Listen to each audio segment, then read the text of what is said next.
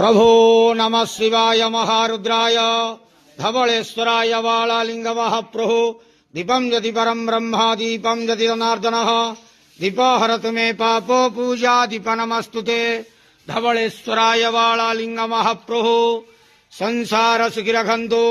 आज शुभ शनिवार रे समस्त श्रद्धालु भक्त मानक आश्रीवाद करंतु। समस्त श्रद्धालु भक्त मानकर कर्म क्षेत्र उन्नति करंतु। मनस्कामना पूर्ण करंतु। ग्रहरिष्ठ खंडन करंतु। जगतर मंगल करंतु। विश्वर कल्याण करंतु। आपणकर नाम प्रकाश करंतु। सेवकर डाक श्रवण करंतु। समस्त गुआवसा भक्त मानकर मनस्कामना पूर्ण करंतु। जो जो भक्त माने आपण पाखरे मानसिक रखिछंती तांक मानसिक पूर्ण करंतु।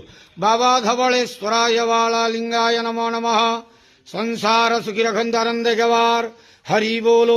आज शुभ शनिवार रे समस्त श्रद्धालु भक्त मानक आश्रीवाद करंतु आनंद गवार हरि बोलो।